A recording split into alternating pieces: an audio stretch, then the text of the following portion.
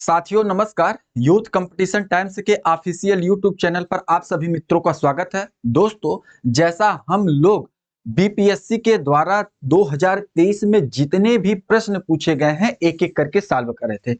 अभी तक की क्लास में साथियों हम लोग हिस्ट्री के जितने भी प्रश्न 2023 में बीपीएससी ने पूछे हैं उसको सॉल्व कर चुके हैं। उसके बाद से यदि बात करें तो हम लोग जियोग्राफी, इंडियन जियोग्राफी और वर्ल्ड जियोग्राफी के जितने प्रश्न बीपीएससी के द्वारा पूछे गए थे उसको कर चुके हैं। आज की क्लास में साथियों हम लोग इन्वायरमेंट की क्लास में जितने भी इन्वायरमेंट के प्रश्न पूछे गए हैं 2023 में एक एक करके सॉल्व करेंगे। जैसा कि आप लोगों की बीपीएससी जो करवाने वाला है टीचर का एग्जाम वो बहुत नजदीक है और उसकी सफलता के लिए सबसे महत्वपूर्ण बात यह होती है कि हम प्रीवियस ईयर प्रश्न पत्रों को कितने अच्छे ढंग से एनालिसिस करते हैं, उसके साथ ही हमारी तैयारी आगे की तरफ बढ़ती है। तो किसी भी चीज को सफलता सुनिश्चित करने के लिए किसी भी कमीशन के द्वारा प्रीवियस ईयर में जितने भी प्रश्न पूछे गए हैं उसको अच्छे ढंग से सॉल्व कराना हमारा नैतिक कर्तव्य है। ठीक है, तो चलिए साथियों हम लोग इसको स्टार्ट करते हैं और इन्वायरमेंट एंड इकोलॉजी के एक एक प्रश्न को हम लोग विथ रीजन के साथ समझते हैं, तैयार करते हैं और उसके बाद से आगे बढ़ते हैं। चलिए, तो आज की क्लास में हमारा पहला क्वेश्चन है, इन्वायरमेंट का पहला जो प्रश्न है वो है साथियों, क्या बोल रहा है, बोल रहा कि ऑटोमोबाइल निकास का सबसे खतरनाक धातु प्रदूषक क्या है। जैसा कि हम लोगों को पता है साथियों, जितने भी परिवहन के साधन है जिससे, जैसे कि हमारा बाइक हो गया, बस हो गया, ट्रेन हो गई, तो जितने भी ये सब परिवहन के साधन है, जितने भी ये परिवहन चलते हैं उनमें एग्जॉस्ट, उनमें क्या होता है, धुआं निकलता है। जब बर्न करता है हमारा फ्यूल जो है, बर्न करता है तो फ्यूल बर्न करने के बाद क्या होता है, उसमें से धुआं निकलता है।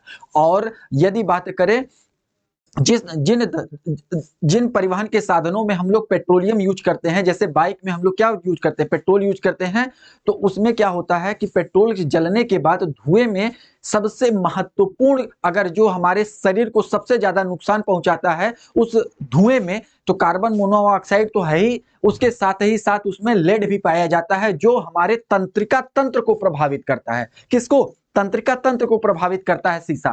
तो वही हमसे पूछ रहा है कि ऑटोमोबाइल निकास का सबसे खतरनाक धातु प्रदूषक क्या है। ठीक है, तो ऑप्शन में दिया हुआ पारा है, कैडमियम है, शीशा है, उपयुक्त में से एक से अधिक उपयुक्त में से कोई नहीं। तो प्रश्न जो पहला है उसका सही ऑप्शन क्या हो जाएगा, सबसे खतरनाक प्रदूषक के रूप में क्या निकलता है, शीशा निकलता है, लेड निकलता है। और ये हमारे लिए इसलिए खतरनाक हो जाता है दोस्तों क्योंकि हमारे तंत्रिका तंत्र को, नर्वस सिस्टम को हमारे डिफेक्ट करता है, प्रभावित करता है। तो सही ऑप्शन क्या हो जाएगा, शीशा इज द करेक्ट ऑप्शन। पढ़ लीजिए एक्सप्लेनेशन। बोल रहा है शीशा ऑटोमोबाइल निकास का सबसे खतरनाक प्रदूषक है। इसका शरीर पर विभिन्न प्रतिकूल प्रभाव पड़ता है जिसमें न्यूरोलॉजिकल और गैस्ट्रोइंटेस्टाइनल प्रभाव शामिल है। ठीक है, तो शीशा हमारे लिए बहुत ही खतरनाक प्रदूषकों में से एक है, तंत्रिका तंत्र को प्रभावित करता है। प्रश्न संख्या दूसरे पर चलते हैं। प्रश्न संख्या 2 हमारे लिए क्या कर रहा है, बोल रहा है कि मानव गतिविधियों के कारण पर्यावरण में प्रतिकूल परिवर्तन कहलाता है। क्या कहलाता है, मानव गतिविधियों के कारण पर्यावरण में प्रतिकूल परिवर्तन क्या कहलाता है। ऑप्शन हमारे पास दिया हुआ, पारिस्थितिकी अशांति कहलाता है, तबाही कहलाता है, पारिस्थितिकी क्षरण कहलाता है, उपयुक्त में से एक से अधिक उपयुक्त में से कोई नहीं। तो साथियों हम लोगों को पता है कि हमारा जो पर्यावरण प्रदूषित हो रहा है उसका सबसे प्रमुख कारण मानव है। मानव अपनी आवश्यकताओं की पूर्ति करने लिए, भौतिक सुखों का भोग करने के लिए क्या कर रहा है, वनों का नुकसान कर रहा है, वनों का क्षरण कर रहा है। और जो वन है वो सबसे ज्यादा किसको प्रभावित करते हैं, पर्यावरण पारिस्थितिकी को सबसे ज्यादा प्रभावित करते हैं। तो साथियों अगर बात कर रहा है क्या, मानव गतिविधियों के कारण पर्यावरण में प्रतिकूल परिवर्तन क्या कहलाता है, इकोलॉजिकल डिग्रेशन कहलाता है। सी इज द राइट आंसर, या उसी को पारिस्थितिकी क्षरण कहते हैं। सही ऑप्शन क्या हो जाएगा, C is the right answer. इस प्रश्न का सही उत्तर क्या होगा, ऑप्शन सी बिल्कुल सही हो जाएगा। चलिए आगे चलते हैं। देखिए लिखा हुआ है, बहुत ध्यान से पढ़ना है, मानव गतिविधियों के कारण पर्यावरण में प्रतिकूल परिवर्तन पारिस्थितिकी क्षरण या इकोलॉजिकल डिग्रेशन कहलाता है। पारिस्थितिकी क्षरण से पर्यावरण विशेष रूप से क्या, वायु, जल, भूमि के भौतिक, रासायनिक एवं जैविक अभिलक्षणों में अवांछनीय परिवर्तन से मानव आबादी, वन्य जीवन, औद्योगिक प्रक्रियाओं व सांस्कृतिक विरासत का प्रतिकूल प्रभाव पड़ता है।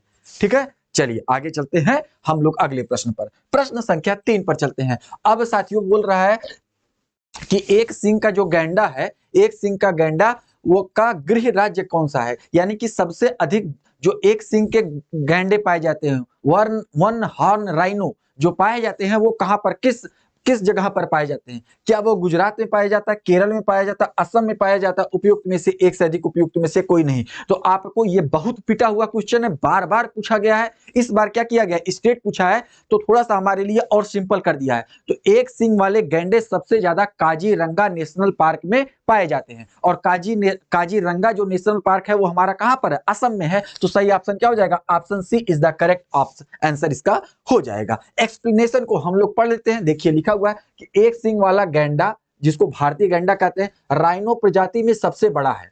राइनो गैंडे को इंग्लिश में राइनो कहते हैं। तो वही कह रहा है कि एक सिंग वाला गैंडा, भारतीय गैंडा राइनो प्रजाति में सबसे बड़ा है। इसका प्रमुख गृह राज्य असम है। एक सिंग वाले गैंडे की पहचान एकल काले सिंग और त्वचा के सिलवटों के साथ साथ भूरे रंग से होती है। काजीरंगा नेशनल पार्क असम एक सिंग वाले गैंडे के लिए प्रसिद्ध है। और IUCN किसकी बात कर रहा है, IUCN की बात कर रहा है, international union conservation of nature की बात कर रहा है कि लाल सूची में IUCN के द्वारा रेड लिस्ट जारी किया जाता है। तो रेड लिस्ट की सूची में असुरक्षित के रूप में सूचीबद्ध किया गया है। बहुत ध्यान से आपको पढ़ना है। One horn rhino is located in Kaziranga national park which is situated in Assam. ये बहुत ध्यान से आपको तैयार करना पड़ेगा। चलिए आगे चलते हैं अगले प्रश्न पर। प्रश्न संख्या 4 पर चलते हैं। प्रश्न संख्या 4 क्या कर रहा है, बोला कि भगवान महावीर वन्य जीव अभ्यारण्य कहां पर स्थित है। ठीक है, भगवान Mahavir national wild life sanctuary जो है वो कहां पर स्थित है? क्या वो राजस्थान में है, क्या वो मध्य प्रदेश में है, गोवा में है? उपयुक्त में से एक से अधिक उपयुक्त में से कोई नहीं। तो ये बहुत बार इस प्रश्न को पूछा गया है।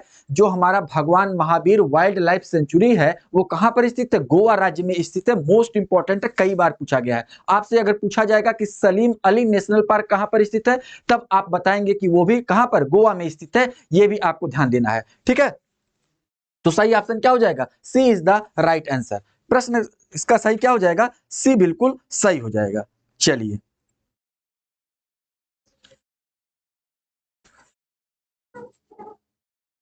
चलिए भाई आगे चलते हैं हम लोग अगले प्रश्न पर, या इसी के एक्सप्लेन। देखिए लिखा हुआ 2-3 वाइल्ड लाइफ सेंचुरी है, उसको बहुत ध्यान से आपको समझ लेना है। बोल क्या रहा है कि भगवान महावीर वन्य जीव अभ्यारण्य वो कहां पर है, गोवा राज्य में स्थित है। सारिस्का वन्य जीव अभ्यारण्य वो कहां पर स्थित है, राजस्थान में है। कूनो वाइल्ड लाइफ सेंचुरी वो कहां पर स्थित है, मध्य प्रदेश में स्थित है। तो ये मोस्ट इंपॉर्टेंट है, कई बार इन सब चीजों को पूछा गया है। उम्मीद है आपको याद होगा। अगर आप रिवीजन करते चलेंगे तो आपका और बेहतर कॉन्फिडेंस डेवलप होगा। चलिए आगे चलते हैं हम लोग अगले प्रश्न पर चलते हैं। प्रश्न संख्या 5 पर चलते हैं साथियों। अब ये प्रश्न संख्या 5 क्या है, हमारे लिए मोस्ट इंपॉर्टेंट हो जाता है। बोल रहा 5वीं बाघ गणना रिपोर्ट 2022 के अनुसार भारत में बाघों की संख्या कितनी है। 2-3 चीजें आपको बिल्कुल तैयार रखना पड़ेगा साथियों। क्या, सबसे पहले तैयार आपको ये रखना पड़ेगा कि जो हमारा टाइगर रिजर्व बनाया गया था वो वर्ष 1973 में टाइगर रिजर्व बनाया गया था, स्टार्ट किया गया था वर्ष 1973 में। और उसके 50 साल पूरा हुआ है, क्या वर्ष 2023 में 50 साल पूरा हुआ है। टाइगर रिजर्व के 50 साल पूरे हुए हैं। अब साथियों यहां पर क्या हुआ कि वर्ष 2023 में बाघों की जनगणना हुई, और बाघों की जनगणना के बाद अगर बात कर रहा है कि भारत में बाघों की संख्या कितनी है, ये पूछ रहा है। ऑप्शन हमारे पास दिया हुआ 3167, 3267, 3067। उपयुक्त में से एक से अधिक उपयुक्त में से कोई नहीं। तो बाघों की कुल संख्या कितनी है, 3167 है। लेकिन साथियों कहीं पर आपको मिलेगा अगर 3182, तो वो भी आपको सही करना है। वर्ष इसके पहले वाली जो चौथी बाघों की जनगणना हुई थी वो कब हुई, जो हुई थी उसमें बाघों की संख्या कितनी थी, 2067 थी। उतनी कितनी थी, 2067 थी। अब कितना हो गया, 300 बढ़ गए हैं, यानी कि सॉरी 2967 था, अब कितना हो गया, 3167 हो गया है। तो बाघों की संख्या कुल कितना है, 3167। ए इज द राइट आंसर। चलिए आगे चलते हैं। ठीक है, वर्ष 1973 में प्रोजेक्ट टाइगर शुरू किया गया था। वर्ष 1973 में टाइगर प्रोजेक्ट कब शुरू किया गया था, टाइगर प्रोजेक्ट जो था वो हमारा कब शुरू किया गया था, वर्ष 1973 में शुरू किया गया था। उसी का 50 साल वर्ष 2023 में पूरा हुआ है, और 5वीं जनगणना बाघों की उसी समय प्रकाशित की गई थी। चलिए आगे चलते हैं अगले प्रश्न पर। प्रश्न संख्या 6। प्रश्न संख्या 6 क्या कर रहा है? मेलघाट टाइगर रिजर्व का संबंध किससे है? Melghat tiger reserve is associated with, मतलब एक तरीके से पूछने का मतलब इसका यह है कि मेलघाट टाइगर रिजर्व कहां पर लोकेटेड है? क्या वो उत्तराखंड में लोकेटेड है, महाराष्ट्र में है, या पश्चिम बंगाल है? उपयुक्त में से एक से अधिक, उपयुक्त में से कोई नहीं। तो आप तुरंत इस प्रश्न का सही उत्तर क्या बताएंगे कि Melghat tiger reserve is located in Maharashtra state. सही ऑप्शन क्या हो जाएगा? ऑप्शन बी यहां पर बिल्कुल सही हो जाएगा। महाराष्ट्र स्टेट में मेलघाट टाइगर रिजर्व लोकेटेड है। चलिए आगे चलते हैं, हम लोग इसको पढ़ लेते हैं। मेलघाट टाइगर रिजर्व महाराष्ट्र के अमरावती जिले में स्थित है। किस जिले में? अमरावती जिले में स्थित है। यह एक टाइगर रिजर्व मध्य भारत के सतपुड़ा हिल रेंज की दक्षिणी शाखा पर स्थित है, जिसे गाविलगढ़ हिल कहा जाता है। वर्ष 1974 में बाघ अभयारण्य घोषित किया गया है। यह प्रोजेक्ट टाइगर के तहत 1973-74 में अनुसूचित पहले 9 बाघ अभयारण्यों में से एक है। देखिए साथियों, सतपुड़ा पर्वत की अगर बात करें तो सतपुड़ा पर्वत की 3 चोटियां, मतलब सतपुड़ा पर्वत पूरब से, अगर पश्चिम से पूरब की तरफ बात करें तो साथियों अगर बात करें तो उसमें 3 पहाड़ियां, 3 पर्वत से मिलकर बना हुआ है। राजपीपला की पहाड़ियां, उसके बाद से अगर बात करें साथियों क्या, राजपीपला की पहाड़ियां, गाविलगढ़ की पहाड़ियां, ये सब पहाड़ियों से मिलकर बना हुआ है हमारा सतपुड़ा रेंज। ठीक है, तो उसमें जो गाविलगढ़ की पहाड़ियां हैं वहीं पर स्थित हमारा मेलघाट टाइगर रिजर्व। तो सही ऑप्शन क्या हो जाएगा?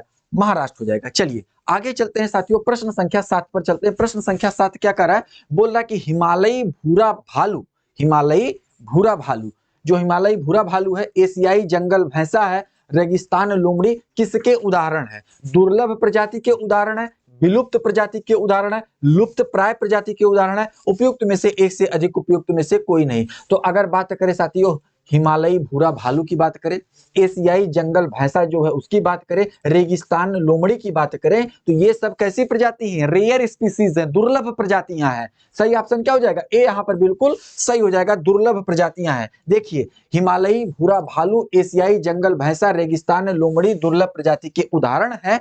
दुर्लभ प्रजाति के जीवों को प्रभावित करने वाले नकारात्मक कारणों की सक्रियता से छोटी प्रजातियों के लुप्त प्राय या कमजोर श्रेणी में आने लगती हैं, इसलिए इनके संरक्षण की विशेष आवश्यकता होती है। ठीक है, चलिए आगे चलते हैं, हम लोग चलते हैं प्रश्न संख्या 8 पर। प्रश्न संख्या 8 हमारे से क्या पूछ रहा है? बोल रहा है कि निम्नलिखित में से किस गैस को वायुमंडलीय प्रदूषक माना जाता है? क्या आर्गन को माना जाता है, ऑक्सीजन को माना जाता है, सल्फर डाइऑक्साइड को माना जाता है? उपयुक्त में से एक से अधिक या उपयुक्त में से कोई नहीं। तो साथियों आप देखिए, ऑक्सीजन तो हमारे लिए बहुत ही इंपॉर्टेंट है, इसलिए ये क्या है? प्राणदायक गैस है, तो ये हमारे लिए हानिकारक कैसे हो सकती है? दूसरे अगर बात करें किसकी, आर्गन की बात करें, तो argon, helium, neon, krypton, xenon, radon. Argon, helium, krypton, helium, argon, krypton, xenon, radon, ये सब क्या है? ये सब अक्रिय गैसें हैं। और अक्रिय गैसें क्या होती हैं? ऐसी गैसें या इन्हीं को क्या कहते हैं? हम नोबल गैसें कहते हैं। आर्गन, हीलियम, नियान, क्रिप्टॉन, जेनान और रेडान, ये गैसें कैसी हैं? ये गैसें अक्रिय गैसें हैं, ये क्रियाशील नहीं है, ये क्रिया नहीं करती हैं। और जब क्रिया नहीं करेंगी तो ये हमारे लिए हानिकारक कैसे हो सकती हैं? तो यहां पर साथियों आर्गन भी हमारा क्या हानिकारक गैस नहीं है, सल्फर डाइऑक्साइड जो है हमारे लिए हानिकारक है। ऑप्शन सी यहां पर बिल्कुल सही हो जाएगा। आपको बता दे साथियों, अगर बात करेगा सल्फर डाइऑक्साइड की और नाइट्रोजन डाइऑक्साइड की, ये दोनों आगे चल के क्रिया करके क्या बना देती हैं? H2SO4 सल्फ्यूरिक अम्ल बनाता है। H2SO4 सल्फर डाइऑक्साइड ऑक्सीजन से क्रिया करके, पानी से क्रिया करके क्या बना लेता है? H2SO4 H2SO4 बना लेता है। और NO2 अपक्रिया करके क्या बना लेता है? नाइट्रिक एसिड बना लेता है,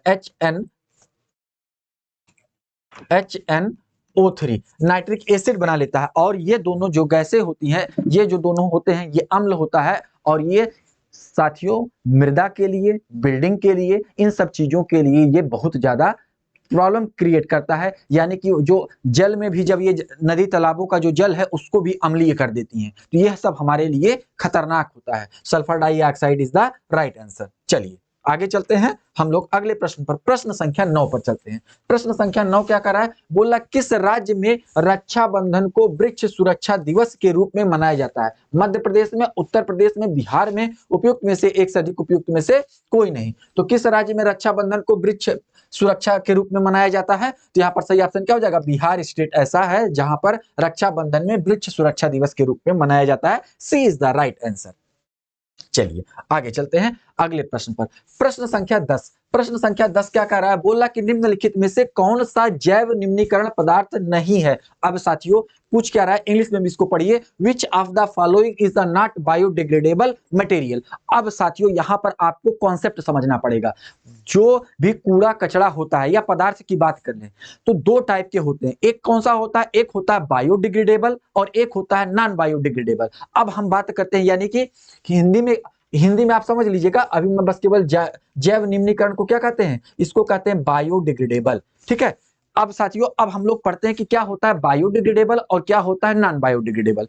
अगर बायोडिग्रेडेबल की बात करें साथियों, जैसे कि अगर हम बात करें लकड़ी हो गया, या जो अनाज होता है, या कपास हो गया, या हम बात करें साथियों ये सब जैसे कि अनाज की बात कर लें या लकड़ी की बात कर लें, तो ये सबको काफी दिन तक अगर रख दिया जाता है तो इन पर अभिक्रिया, छोटे छोटे बैक्टीरिया अभिक्रिया करके इनको मिट्टी में मिला देते हैं। इनका क्या हो जाता है, इनका छोटे छोटे पदार्थों में ये विभक्त हो जाते हैं, टूट जाते हैं। तो ऐसे पदार्थ अगर आप कोई भी आप खाना बच गया है उसको कुछ दिन जमीन में रख देते हैं तो वो क्या हो जाता है, मिट्टी की तरफ कन्वर्ट हो जाता है। यानी कि जो उसमें बैक्टीरिया होता है वो उसको तोड़ तोड़ के छोटे छोटे पार्टों में डिवाइड कर देता है, छोटे छोटे मटेरियल में डिवाइड कर देता है। तो ऐसे पदार्थ क्या कहलाते हैं, ऐसे पदार्थ कहलाते हैं बायोडिग्रेडेबल मटेरियल, बायोडिग्रेडेबल पदार्थ, जिनको बैक्टीरिया या अपघटन जिसका हो सकता है अपघटक के द्वारा उसको छोटे छोटे पार्टिकल में डिवाइड कर दिया जाए, ऐसे पदार्थ बायोडिग्रेडेबल पदार्थ कहलाते हैं।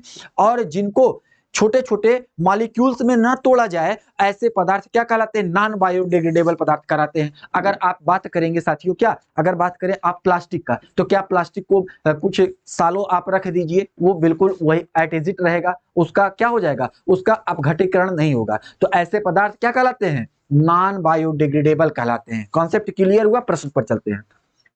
बोला निम्नलिखित में से कौन सा जैव निम्नीकरण पदार्थ नहीं है, यानी कि बायोडिग्रेडेबल नहीं है। तो अगर लकड़ी की बात करें तो छोटे छोटे बैक्टीरिया इस पर लग के, दीमक लग के, सारी चीजें लग के इसको क्या करेंगे, छोटे छोटे पार्टों में डिवाइड कर देंगे, तो इसका अपघटन हो जाएगा, छोटे छोटे भागों में विभक्त हो जाएगा, तो ये क्या कहलाएगा, बायोडिग्रेडेबल कहलाएगा। रुई की बात करें तो रुई भी क्या है, हमें पदार्थों से कपड़े पेड़ पौधों से ही प्राप्त होता है, तो ये भी छोटे छोटे पदार्थों में विभक्त हो जाएगा, तो ये भी क्या कहलाएगा, बायोडिग्रेडेबल कहलाएगा। एल्यूमिनियम की जो पन्नी होती है आप उसको 2 साल रख दीजिएगा उसका अपघटीकरण नहीं होगा, तो ये क्या कहलाएगा, नॉन बायोडिग्रेडेबल कहलाता है। तो यहाँ पर सही ऑप्शन क्या हो जाएगा, C is the right answer. Aluminium foil is a non biodegradable material. And अगर बात करें wood and cotton, both element are biodegradable material. तो हमारा वुड और कॉटन क्या है, बायोडिग्रेडेबल मटेरियल है, जबकि एल्यूमिनियम फॉयल क्या है, नॉन बायोडिग्रेडेबल, नॉन बायोडिग्रेडेबल या अजैव या जैव अनिम्नीकरण पदार्थ हिंदी में इसको कहेंगे। ठीक है, चलिए आगे चलते हैं अगले प्रश्न पर। साथियों प्रश्न संख्या 11, प्रश्न संख्या 11 क्या कर रहा है, वह जानवर जो मुख्यतः मांस खाता है निम्नलिखित में से क्या कहलाता है? या उसको हम लोग ओमनीवोर कहते हैं, कार्निवोर कहते हैं या हार्बीवोर कहते हैं। देखिए ऐसे पदार्थ ऐसे जीव जंतु जो घास फूस खाते हैं उसको हम लोग हार्बीवोरस कहते हैं, उनको क्या कहते हैं, हार्बीवोरस कहते हैं। तो जो शाकाहारी होते हैं उनको हम लोग क्या कहते हैं, हार्बीवोरस कहते हैं। और जबकि अगर जो मांस खाते हैं वो क्या कहलाते हैं, कार्निवोर कहलाते हैं, कार्निवोरस कहलाते हैं। तो C B is the right answer. यहाँ पर क्या हो जाएगा, carnivore is the correct option यहाँ पर हो जाएगा। तो प्रश्न संख्या 11 का सही ऑप्शन क्या हो जाएगा बड़े भाई, प्रश्न संख्या 11 का सही ऑप्शन क्या हो जाएगा, B is the right answer. क्या हो जाएगा, कार्निवोर। चलिए आगे चलते हैं। अब साथियों आ गया है प्रश्न संख्या 12 और ये आपके कॉन्सेप्ट को चेक करेगा, इसलिए बहुत ध्यान से पढ़िए। बोल क्या रहा है, निम्नलिखित में से कौन सा समुद्री जैव विविधता के दृष्टिकोण से दुनिया का सबसे समृद्ध क्षेत्र है, जिसमें ज्वार नदमुख, इंग्लिश में क्या कहते हैं, एस्चुअरी कहते हैं, जिसमें ज्वार नदमुख, समुद्र तट, निकट तटीय पर्यावरण के जंगल, समुद्री घास प्रवाह भित्तियां, नमक दलदल और मैग्रोव के साथ 21 द्वीप शामिल हैं। वो कौन सा ऐसा जगह है। अब देखिए ऑप्शन हमारे पास क्या दिया हुआ है, नीलगिरी बायोस्फीयर रिजर्व। अच्छा, आप लोगों को पता है जहां पर पूर्वी घाट और पश्चिमी घाट मिलते हैं वहीं पर नीलगिरी बायोस्फीयर रिजर्व है या नीलगिरी की पहाड़ियां हैं। ठीक है, तो ये जाहिर सी बात है यहाँ पर समुद्र तट नहीं है, ये तो तुरंत गलत हो जाएगा। सुंदरबन बायोस्फीयर रिजर्व, अगर सुंदरबन की बायोस्फीयर की रिजर्व की बात करें तो वो तो सही बात है, वहां पर पाया जाता है, लेकिन इसका सही ऑप्शन क्या हो जाएगा, मन्नार की खाड़ी biosphere reserve, A is the right answer. Nanda Devi, ये तो पहाड़ों पर स्थित है, तो ये तो बिल्कुल गलत हो जाएगा। सुंदरबन और मन्नार की खाड़ी दोनों में कंफ्यूजन होगा, लेकिन अगर वहां पर सुंदरबन की बात करें तो सुंदरबन पर क्या पाया जाएगा, सुंदरबन पे साथियों जो हमारा ज्वार नदमुख है और मैग्रोव वनस्पतियां वहां पर बहुत ज्यादा पाई जाएंगी, लेकिन और स्पेसिफिकेशन नहीं होगा। सही ऑप्शन क्या हो जाएगा, A is the right answer, Mannar की खाड़ी। और मन्नार की खाड़ी कहां पर है, तमिलनाडु के तट पर स्थित है। सी, ए इज द राइट आंसर इसका हो जाएगा। प्रश्न 11-12 का सही ऑप्शन क्या हो जाएगा, मन्नार की खाड़ी बायोस्फीयर रिजर्व। देखिए पढ़ लीजिए, इसको बहुत ध्यान से आपको पढ़ना है। मन्नार की खाड़ी बायोस्फीयर रिजर्व समुद्री जैव विविधता के दृष्टिकोण से दुनिया का सबसे समृद्ध क्षेत्र है। इस जीवन मंडल का श्रीलंका के आगे भारत के दक्षिणी पूर्व तट पर इतने हेक्टेयर क्षेत्र में फैला हुआ है। जीव मंडल आरक्षित में 21 द्वीपों के साथ नदमुख, समुद्री शैवाल युक्त समुदाय, समुद्री घटक, समुद्री घास, प्रवाल भित्तियां, खारे दलदल और मैग्रोव वन शामिल हैं। खाड़ी के 3600 पौधों के जानवरों की प्रजातियां विश्व स्तर पर लुप्त प्राय समुद्री गाय जिसको डुगांग कहते हैं और 6 मैग्रोव प्रजातियां प्रायद्वीपीय भारत में स्थानिक है। तो ये सारी चीजें आपको समझ में आनी चाहिए। चलिए आगे चलते हैं। प्रश्न संख्या 13, प्रश्न संख्या 13 बहुत इंपॉर्टेंट है, इसको ध्यान से पढ़ना है हम लोगों को। बोल क्या रहा है, गैंगेटिक डॉल्फिन की बात कर रहा है। ऐसी डॉल्फिन की ऐसी प्रजाति, डॉल्फिन की ऐसी प्रजाति जो गंगा नदी में पाई जाती है उनको गैंगेटिक डॉल्फिन कहते हैं। और जो डॉल्फिन होती हैं वो ज्यादातर प्रायः या मैक्सिमम शुद्ध पानी में अपना निवास स्थान बनाती हैं, मतलब रहती हैं। तो इसके लिए डॉल्फिन को रहने के लिए सबसे इंपॉर्टेंट क्या है, पानी शुद्ध होना चाहिए। अब प्रश्न को पढ़ते हैं। गैंगेटिक डॉल्फिन के संबंध में निम्नलिखित कथनों पर विचार करना है। अब पहला स्टेटमेंट दिया हुआ है, गंगा नदी की डॉल्फिन को आईयूसीएन की रेड लिस्ट के तहत लुप्त प्राय जीव के रूप में वर्गीकृत किया गया है। बिल्कुल सत्य बात है। आईयूसीएन की रेड लिस्ट में इसको इंडेंजर्ड या लुप्त प्राय की श्रेणी में इसको रखा गया है। यानी कि और यही नहीं, आईयूसीएन पे तो रखा ही गया है, भारत के द्वारा भी इसका शिकार करने या इसको आघात पहुंचाने पर जेल और जुर्माना की भी बात की गई है। तो गैंगेटिक डॉल्फिन की बात कर रहा है। गैंगेटिक डॉल्फिन आईयूसीएन की रेड लिस्ट के तहत लुप्त प्राय जीवों के रूप में इसको वर्गीकृत किया गया। पहला statement is absolutely correct. Second statement पे चलते हैं। कोई भी क्रिस्टलीय नेत्र लेंस नहीं है, इसे प्रभावी रूप से अंधा बना देती है। साथियों आपको पता हो जाना चाहिए कि गैंगेटिक डॉल्फिन की अगर बात करें या डॉल्फिन की बात करें तो वो उनको दिखाई नहीं देता है, वो अपने रेस के द्वारा जो सेंस करके वो अपने शिकार को करती हैं, तो इनको दिखाई नहीं देता है। दूसरी स्टेटमेंट भी बिल्कुल सत्य है। इसे इकोलोकेशन का उपयोग करके, ये बात सही है, यह इकोलोकेशन का उपयोग करके आगे बढ़ती हैं और शिकार करती हैं। तीसरा स्टेटमेंट भी सही है। इसे भारत के राष्ट्रीय जलीय जीव के रूप में मान्यता दी गई है।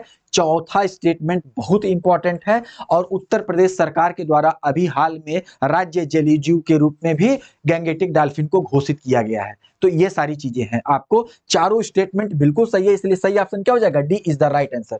पहला क्या है, पहला स्टेटमेंट है जो गैंगेटिक डॉल्फिन है उसको आईयूसीएन की रेड लिस्ट में इंडेंजर्ड यानी कि लुप्त प्राय जीव घोषित किया गया। पहला स्टेटमेंट सही है, बिल्कुल सही है। दूसरा, इसमें इनको कुछ दिखाई नहीं देता, इनको दिखाई नहीं देता है, ये क्या करते हैं, इको लोकेशन का उपयोग करके आगे बढ़ती हैं और भारत के राष्ट्रीय जलीय जीव के रूप में इनको मान्यता दिया गया है। उपयुक्त में से सभी चारों स्टेटमेंट सही है बिल्कुल। चलिए आगे चलते हैं, प्रश्न संख्या 14 पर चलते हैं। प्रश्न संख्या 14 क्या कर रहा है, बोला सुर्खियां बटोरने वाली लिस्बन घोषणा किस इकाई के संरक्षण से संबंधित है। लिस्बन घोषणा की बात कर रहा है प्रश्न संख्या 14 में, लिस्बन घोषणा। और जो लिस्बन घोषणा है वो किसके संरक्षण की बात कर रहा है, अभी हाल में वर्ष 2023 में लिस्बन में क्या हुआ था, महासागर सम्मेलन हुआ था और उसी में क्या किया गया है, लिस्बन घोषणा जारी किया गया है और किससे संबंधित है, महासागरों से संबंधित है। सी इज द राइट आंसर। इस प्रश्न का सही उत्तर क्या हो जाएगा, ऑप्शन सी सही हो जाएगा, अब समझिए, सुर्खियां बटोरने वाली लिस्बन घोषणा महासागरों के संरक्षण से संबंधित है। संयुक्त राष्ट्र महासागर सम्मेलन वर्ष 2022 में, जो 2022 में हुआ है, क्या हुआ है? संयुक्त राष्ट्र महासागर सम्मेलन कहां पर हुआ है? पुर्तगाल की जो राजधानी है लिस्बन, वहीं पर हुआ है। ठीक है, और इसका जो लिस्बन घोषणा हुआ है उसका थीम क्या था? हमारा महासागर, हमारा भविष्य, हमारी जिम्मेदारी को सर्वसम्मति से अपनाने के साथ संपन्न हुआ। 150 से अधिक देश समुद्री आपातकाल से निपटने के लिए विज्ञान आधारित और नवीन कार्यों को बढ़ावा देने पर सहमत हुए हैं। तो यहाँ पर क्या हुआ? यहाँ पर जो महासागर सम्मेलन वर्ष 2022 में पुर्तगाल की राजधानी लिस्बन में हुआ, वहीं से क्या निकल के आया? लिस्बन घोषणा पत्र निकल के आया। लिस्बन घोषणा पत्र में महासागरों के संरक्षण को संरक्षित करने की बात की गई है, और उसका जो थीम था वो क्या था? हमारा महासागर, हमारा भविष्य, हमारी जिम्मेदारी, ये थी इसकी थीम। ठीक है, चलिए आगे चलते हैं, प्रश्न संख्या 15 पर चलते हैं। प्रश्न संख्या 15 क्या कर रहा है? बोल रहा है प्रश्न संख्या 15, प्रश्न संख्या 15 क्या कर रहा है? बोल रहा है कि 10 कैप्टिव नस्ल, एक नस्ल है 10 कैप्टिव नस्ल एशियाई विशालकाय कछुआ, कछुए की एक नस्ल है 10 कैप्टिव नस्ल एशियाई विशालकाय कछुआ मुख्य भूमि से एशिया में सबसे बड़ी कछुआ की प्रजातियों में से एक है। हाल ही में भारत के किस राष्ट्रीय उद्यान में इसको छोड़ा गया है? किस राष्ट्रीय उद्यान में एशिया के सबसे बड़े कछुए की प्रजाति को छोड़ा गया है? और उस कछुए की प्रजाति का नाम क्या है? 10 कैप्टिव नस्ल की ये कछुआ है। उसको कहां पर छोड़ा गया है? क्या उसको नंतागकी नेशनल पार्क में छोड़ा गया है, पेरियार नेशनल पार्क में छोड़ा गया, पेंच नेशनल पार्क में छोड़ा गया, या कंचनजंगा नेशनल पार्क में छोड़ा गया? यहीं पर आप समझ लीजिएगा, कंचनजंगा नेशनल पार्क कहां पर स्थित है? तो आप कहेंगे साथियों कि ये सिक्किम में स्थित है, सिक्किम में स्थित है। पेंच जो नेशनल पार्क है, पेंच जो नेशनल पार्क है वो कहां पर स्थित है? मध्य प्रदेश में स्थित है। पेरियार नेशनल पार्क की बात करेगा तो आप क्या बताएंगे? ये केरल में स्थित है पेरियार नेशनल पार्क। और नंतांगी जो राष्ट्रीय उद्यान है, नंतांगी जो राष्ट्रीय उद्यान है वो साथियों कहां पर स्थित है? वो हमारा मणिपुर में स्थित है। कहां पर? मणिपुर में स्थित है। तो ये सारी चीजें आपको तैयार हो गई होंगी। ठीक है, और साथियों अगर बात करें तो यह जो कछुए की सबसे बड़ी प्रजाति छोड़ी गई है वो कहां पर छोड़ी गई है? ए इज द राइट आंसर, नंतांगी राष्ट्रीय उद्यान में छोड़ा गया है। ठीक है, प्रश्न संख्या 15,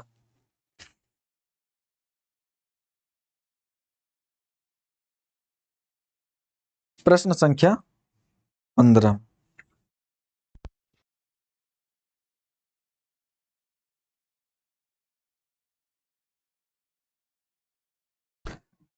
ठीक है।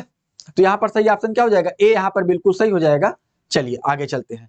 यहां पर ये मणिपुर, ये जो मणिपुर है, ये मणिपुर जो हमारा नंतंगी नेशनल पार्क है, ये कहां पर स्थित है? ये हमारा नागालैंड में स्थित है। कहां पर? नागालैंड में स्थित है। ठीक है, तो ए is the right answer.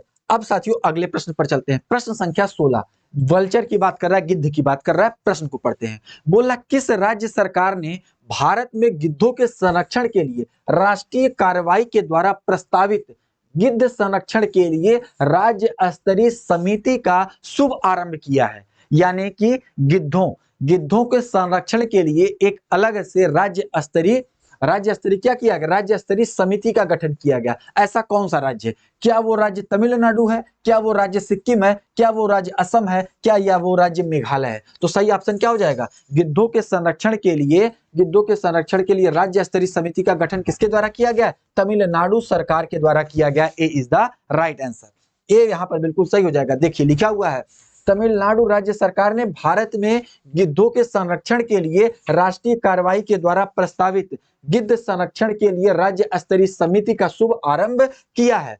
Tamil Nadu राज्य सफेद पीठ वाले गिद्ध, लंबी चोंच वाले गिद्ध और लाल सिर वाले गिद्धों की मेजबानी करता है, और गिद्धों को IUCN के द्वारा गंभीर रूप से संकटग्रस्त के रूप में सूचीबद्ध किया गया है। साथियों आपको एक चीज और बता दें कि जैसे जो पेन किलर होता है, दर्द जो हमारे जानवर होते हैं, तो जानवरों के लिए एक दवा यूज की जाती है। जानवरों को दर्द के लिए एक दवा यूज की जाती है, और वो जो दवा होती है उसको हम लोग कहते हैं फ्लोक्यूनोन। ठीक है, फ्लोक्विनोन। और ये साथियों क्या करता है, जब जानवरों को खिलाया जाता है, उसके बाद से कुछ दिन के बाद यदि जानवर की मृत्यु हो जाती है, तो अब गिद्ध क्या करते हैं, उन मरे हुए जानवरों को खाते हैं। तो उस जो केमिकल क्या है, गिद्धों के अंदर आने लगता है, जिसके कारण बहुत ज्यादा दिन तक वो जीवित नहीं रहते, उनकी मृत्यु होने लगती है। तो बाद में सुप्रीम कोर्ट और हाई कोर्ट के इंटरवेंशन के द्वारा उस दवा को बैन किया गया। ठीक है, क्या किया गया था, उसमें गिद्धों की संख्या लगातार कम होने लगी थी। तो उसके लिए तमिलनाडु सरकार के द्वारा एक नया इनिशिएटिव लिया गया है। और क्या इनिशिएटिव लिया गया है, अलग से एक समिति बनाई गई है और वहां पर गिद्धों के संरक्षण करने की बात की गई है।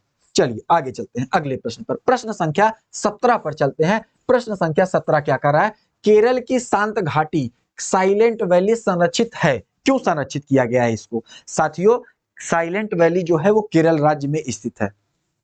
केरल राज्य के पलक्कड़ जिले में स्थित है साइलेंट वैली। साइलेंट वैली इतना इंपॉर्टेंट क्यों है, क्यों इंपॉर्टेंट है शांत घाटी, क्योंकि यहाँ पर रिच बायोडाइवर्सिटी वाला क्षेत्र है। पेड़ पौधे जीव जंतुओं की प्रजाति बहुत ज्यादा है यहाँ पर, यानी कि जैव विविधता बहुत अच्छी है। अच्छी जैव विविधता होने के कारण इसको संरक्षित करने का काम किया गया। तो वही पूछ रहा है कि केरल की शांत घाटी संरक्षित है, क्यों, क्योंकि इसमें पौधे और जंतुओं की बहुत दुर्लभ प्रजातियां पाई जाती हैं। ए इज द राइट आंसर।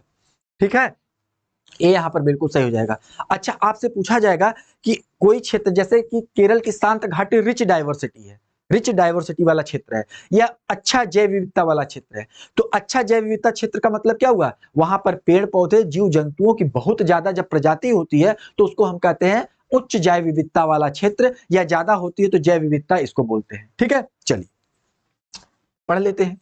देखिए लिखा हुआ है, केरल की शांत घाटी साइलेंट वैली में पौधे और जानवरों की बहुत दुर्लभ प्रजातियां पाई जाती हैं। यहाँ पर स्तनधारियों की 41 प्रजातियां, पक्षियों की 175 प्रजातियां, तितलियों की 164 से अधिक प्रजातियां, सरीसृप की 49 तथा उभयचर की 47 और पतंगों की 400 से अधिक प्रजातियां पाई जाती हैं।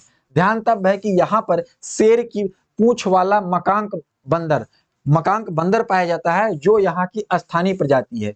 इरुलास, कुरबा, मुदुगास और कुटैनकर यहाँ के प्रमुख जनजाति समूह हैं। वर्ष 1914 में साइलेंट वैली क्षेत्र के जंगलों को आरक्षित तथा वर्ष 1984 में नेशनल पार्क घोषित किया गया था। तो केरल की साइलेंट वैली इतना ज्यादा रिच बायोडाइवर्सिटी वाला क्षेत्र है।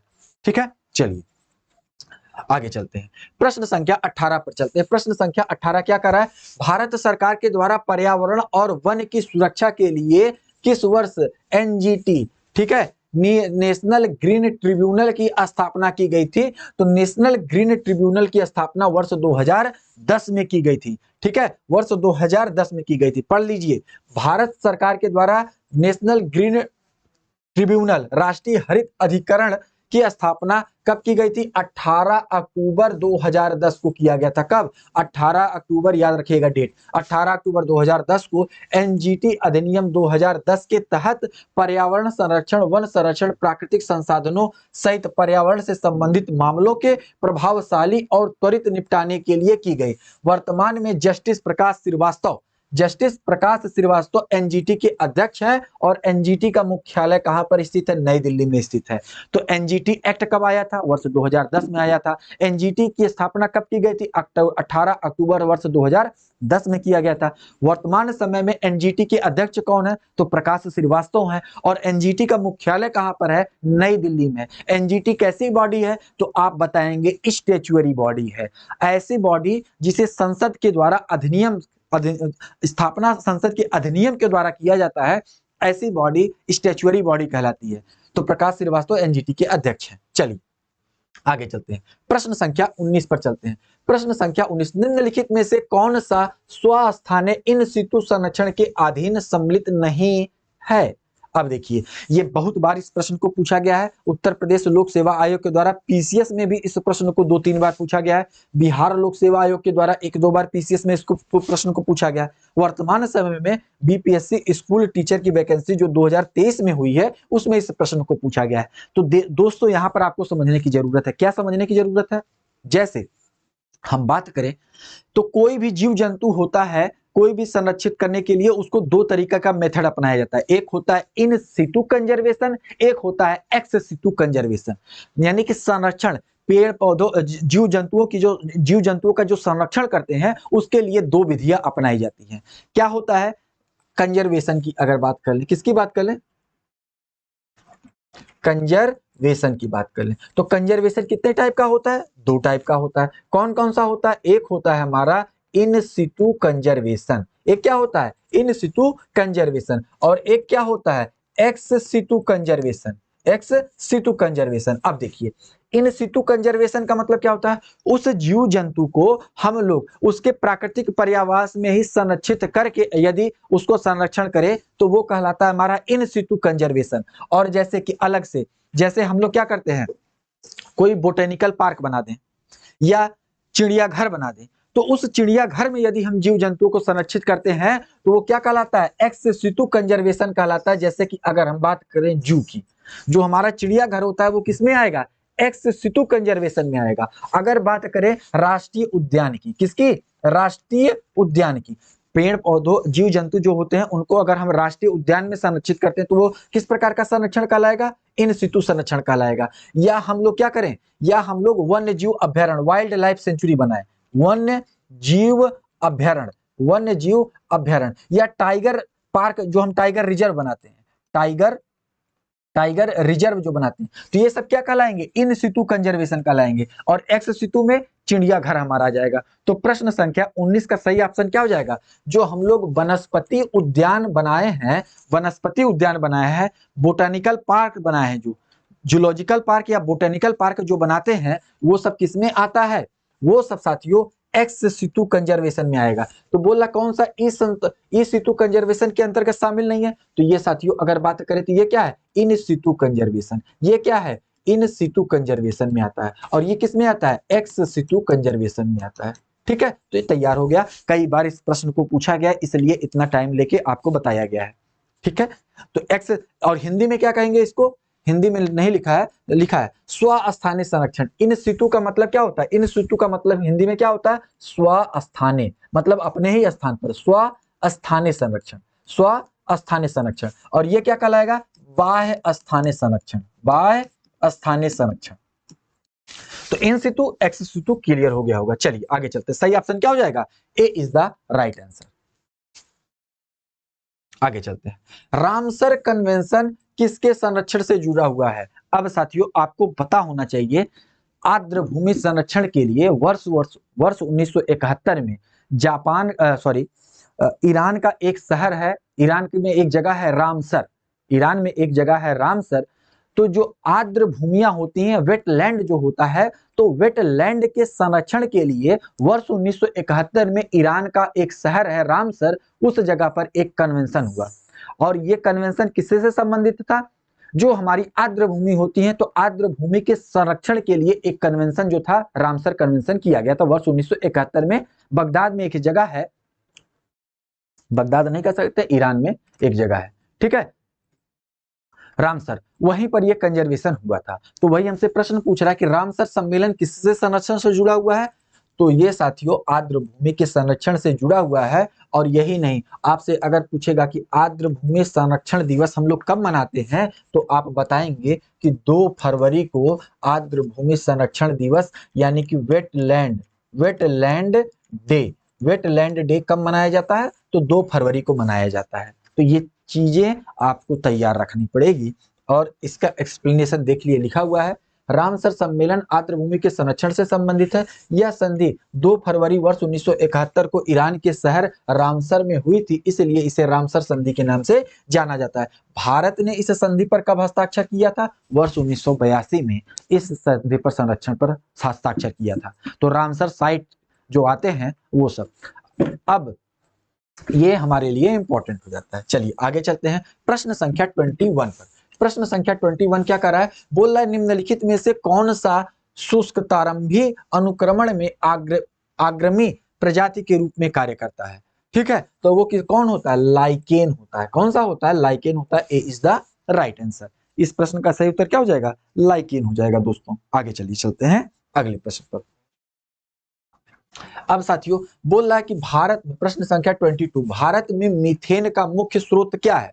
तो साथियों अगर बात करें जहां से कोयला की जो खदानें होती हैं, धान का जो खेत होता है, जो यानी कि जो जंतु जो होते हैं, जो पशु होते हैं, पशु जब जुगाली करते हैं तो उन सब जगहों से कौन सी गैस निकलती है, या उन सब जगहों से मीथेन गैस निकलती है, वहां से मीथेन गैस निकलती है। और मीथेन क्या है? मीथेन एक प्रकार का ग्रीन हाउस गैस है। मीथेन कैसा है? एक प्रकार का ग्रीन हाउस गैस है। तो बोला कि भारत में मीथेन का मुख्य स्रोत क्या है? क्या वो गेहूं का खेत है, गन्ने का खेत है, धान का खेत है?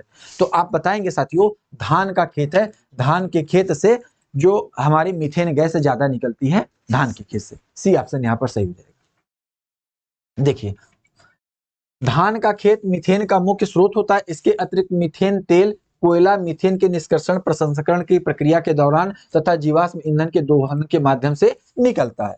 चलिए आगे चलते हैं। अब साथियों प्रश्न संख्या, सल्फर डाइऑक्साइड प्रदूषण सूचित होता है किसके द्वारा? अब यहां पर आपको समझना पड़ेगा साथियों, जो हमारा वायु प्रदूषण होता है, प्रश्न पूछा जाता है, दोनों तरीके से प्रश्न पूछा जाता है, मैं वो समझाने का कोशिश कर रहा हूं आपको। प्रश्न आपसे पूछा जाता है कि वायु प्रदूषण को मेजर करने के लिए जो प्राकृतिक होता है, प्राकृतिक विधि कौन सी है, या इस तरह से कर सकता है कि किसके द्वारा वायु प्रदूषण को चेक किया जाता है? तो आप बताएंगे किसके द्वारा? लाइकेन के द्वारा। ये जो लाइकेन होते हैं, लाइकेन क्या है? लाइकेन शैवाल और कवक का सहजीविता का है। जैसे लाइकेन जो होता है किससे मिलकर बना होता है? शैवाल और कवक से मिलकर बना होता है। शैवाल और कवक से मिलकर क्या बना होता है? लाइकेन बना होता है। और लाइकेन किसको प्रदर्शित करता है? लाइकेन साथियों हमारा वायु प्रदूषण को प्रदर्शित करता है कि यदि ज्यादा वायु प्रदूषण होगा तो ये लाइकेन जो है वो मरने लगेंगे, समाप्त होने लगेंगे। तो एक तरीके से हम लोग वायु प्रदूषण को कैसे चेक कर जाते हैं? लाइकेन से चेक कर जाते हैं कि यदि लाइकेन जीवित है तो वायु प्रदूषण कम है, अगर लाइकेन मरने लगे हैं, समाप्त होने लगे हैं, तो वायु प्रदूषण ज्यादा होने लगा। तो एक तरीके से वायु प्रदूषण के इंडिकेटर के रूप में कौन कार्य करता है? लाइकेन कार्य करता है। और आपसे पूछता है, प्रश्न दूसरा पूछता है, ये जो लाइकेन है ये कैसे बनता है? तो लाइकेन जो है ये शैवाल और कवक से मिलकर बनता है। शैवाल प्लस कवक से मिलकर बनता है। और ये किसका उदाहरण होता है? तब आप बताएंगे सिम्बायोसिस का उदाहरण होता है, या सहजीविता का उदाहरण होता है। किसका उदाहरण होता है? सहजीविता का उदाहरण होता है। और सहजीविता क्या होता है? तो आप बताएंगे साथियों, शैवाल कवक के बिना जीवित नहीं रह सकता और कवक शैवाल के बिना जीवित नहीं रह सकता। इसलिए ऐसा जो होता है ये क्या कहलाता है? ऐसा जो कंडीशन होता है ये सहजीविता कहलाता है। एक दूसरे पर जो डिपेंडेंसी होती है ये क्या कहलाता है? सिम्बायोसिज्म कहलाता है। सिम्बायोसिज्म कहलाता है, या इसी को क्या कहते हैं? इसी को सहजीविता कहते हैं। तो ये प्रश्न कई बार इसको भी पूछा गया है और उसको भी पूछा गया है, तो दोनों को आपको तैयार रखना है। ठीक है, क्लियर हुआ होगा। तो इसमें कवक क्या करता है? कवक शेल्टर देता है और शैवाल खाना बनाता है। ठीक है, रहने का स्थान कौन देता है? कवक देता है। कवक कवक देता है रहने का स्थान और शैवाल देता है भोजन। तो एक दूसरे पर डिपेंडेंसी होती है, एक दूसरे पर निर्भरता, यही क्या कहलाता है? सहजीविता कहलाता है। ठीक है, अब आप ऐसा ना समझ लीजिएगा कि पति और पत्नी का जो रिलेशन होता है वो सहजीविता का रिलेशन नहीं होता है। कि ऐसा नहीं है कि पति पत्नी के बिना नहीं जीवित रह सकता है, या पत्नी पति के बिना नहीं जीवित रह सकती है, ऐसा नहीं है। तो ऐसा रिलेशन क्या कहलाता है? ऐसा रिलेशन सहजीविता नहीं कहलाता है। सहजीविता कब कहलाता है? सहजीविता ऐसा रिलेशन कहलाता है जिसमें एक दूसरे पर ना रहने के बाद मर जाए या समाप्त हो जाए, जीवन समाप्त हो जाए, ये सहजीविता या सिम्बायोसिज्म कहलाता है। ठीक है, ध्यान से समझना। चलिए आगे चलते हैं। सही ऑप्शन क्या हो जाएगा? Option C is the correct option, lichen. ठीक है, चलिए अच्छा अब देखिए आ गया है साथियों यहां पर प्रश्न संख्या 24। ठीक है, प्रश्न संख्या 24। ठीक है, बोल रहा है कि सलीम अली पक्षी अभ्यारण्य, अभी हम लोग पढ़ चुके हैं, अभी हम लोग किए हैं इसको। अभी जब हम लोग कर रहे थे भगवान महावीर वाइल्ड लाइफ सेंचुरी किस राज्य में स्थित है? तो हम लोगों ने क्या पढ़ा? हम लोगों ने पढ़ा कि भगवान Mahavir wild life sanctuary Goa राज्य में स्थित है। लेकिन अब हमसे क्या पूछ रहा है? पूछ रहा है सलीम अली पक्षी अभयारण्य यानी कि सलीम अली बर्ड सेंचुरी कहाँ पर स्थित है?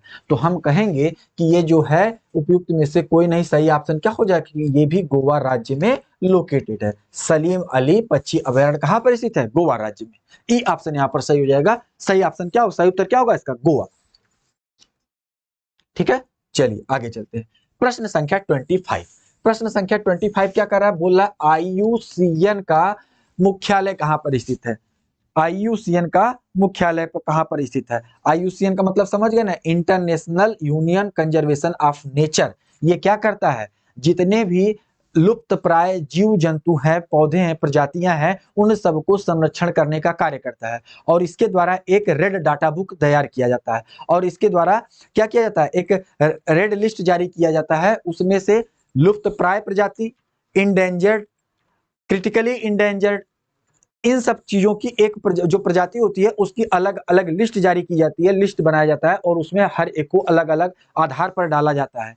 तो वही पूछ रहा है कि आईयूसीएन का मुख्यालय कहां पर है? तो आप कहेंगे कि इसका मुख्यालय ग्लैंड, और ग्लैंड कहां पर स्थित है? स्विट्जरलैंड में। स्विट्जरलैंड में स्थित है, ग्लैंड में इसका मुख्यालय है। सही ऑप्शन क्या हो जाएगा? A is the right answer. IUCN का मुख्यालय कहां पर है? स्विट्जरलैंड में।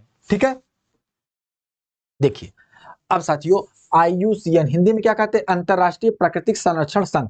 दुनिया का प्राकृतिक स्थिति को संरक्षित करने के लिए एक क्या है? वैश्विक प्राधिकरण है, जिसकी स्थापना कब हुई थी? वर्ष 1948 में की गई थी। इसका मुख्यालय कहां पर है? स्विट्जरलैंड में है। इसके द्वारा पौधे और जानवरों के संरक्षण के संबंध में रेड लिस्ट को जारी किया जाता है। चलिए आगे चलते हैं। अब साथियों क्या कर रहा है? प्रश्न संख्या 26। एक पोषी स्तर से दूसरे पोषी स्तर में कितनी ऊर्जा जाती है? साथियों, जब पहली बार इसका प्राइमरी के टीचर का एग्जाम करवाया जा रहा था तब इस प्रश्न को हमने 2-3 बार समझाया था। और एटीजिट ये प्रश्न जो था 2 टाइप से पूछा गया था और एक ही पेपर में पूछा गया था। मैं क्या बताया था? मैं बताया था लिंडेमान के 10% का नियम। लिंडेमान का 10% का नियम क्या कहता है? एक लिंडेमान का 10% का नियम कहता है जब एक पोषण स्तर से दूसरे पोषण स्तर में ऊर्जा का प्रवाह होता है तो टोटल ऊर्जा का केवल 10% ही एक स्तर से दूसरे स्तर में जाता है। जैसे कि अगर बात करें कि ये घास है, क्या है? घास है। घास को कौन खाता है? बकरा या बकरी खाता है? बकरा खाता है। बकरा को कौन खाता है? आदमी खाता है या मनुष्य खाता है? कौन खाता है? मनुष्य खाता है।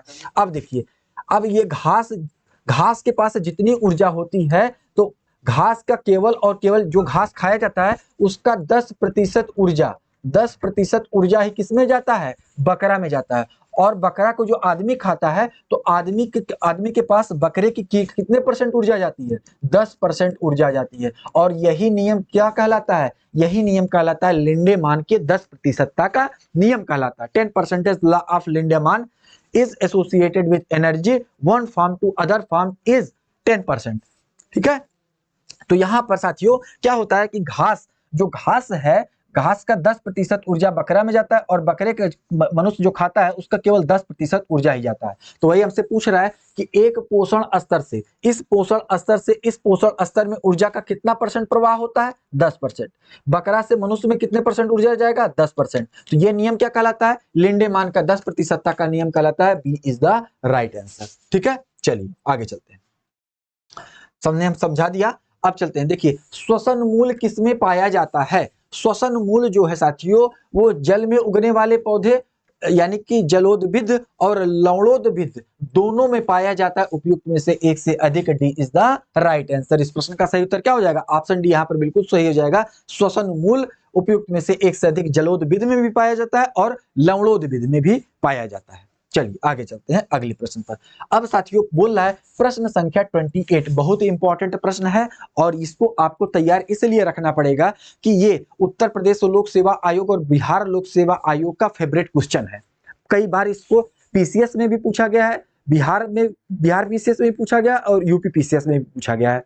प्रश्न क्या कर रहा है, निम्नलिखित में से कौन सा द्वितीयक प्रदूषक है। अब साथियों द्वितीयक प्रदूषक क्या होते हैं, ऐसे प्रदूषक जो प्राथमिक प्रदूषक से, जैसे प्राथमिक प्रदूषक की हम बात करें कार्बन मोनोऑक्साइड हो गया या धुआं जो निकलता है, तो वो उस धुआं सा सूर्य के प्रकाश की क्रिया के द्वारा एक अलग प्रकार का कंपाउंड बना लेता है, ऐसे प्रदूषक को द्वितीय प्रदूषक कहा जाता है। जैसे कि अगर हम पेट्रोल या डीजल को जलाते हैं तो कार्बन मोनोऑक्साइड निकलता है, लकड़ी को जलाते हैं तो धुआं जो निकलता है कार्बन मोनोऑक्साइड निकलता है, और वो उसमें से कुछ ऐसे पदार्थ जो होते हैं प्रदूषक, वो अभिक्रिया करके सूर्य के प्रकाश से अभिक्रिया करके क्या बना लें, सूर्य के प्रकाश से अभिक्रिया करके क्या करें कि कोई एक अलग प्रकार का कंपाउंड बना लेते हैं, तो ऐसा जो कंपाउंड होता है ये द्वितीयक प्रदूषक कहलाता है। अब देखिए जैसे कि अगर सल्फर डाइऑक्साइड की बात करें, तो जब हम पेट्रोल डीजल को जलाते हैं तो उसमें से कार्बन मोनोऑक्साइड निकलता है, नाइट्रोजन डाइऑक्साइड निकलता है, सल्फर डाइऑक्साइड निकलता है, डायरेक्ट निकल रहा है, तो हम कहेंगे कि ये प्राथमिक प्रदूषक है।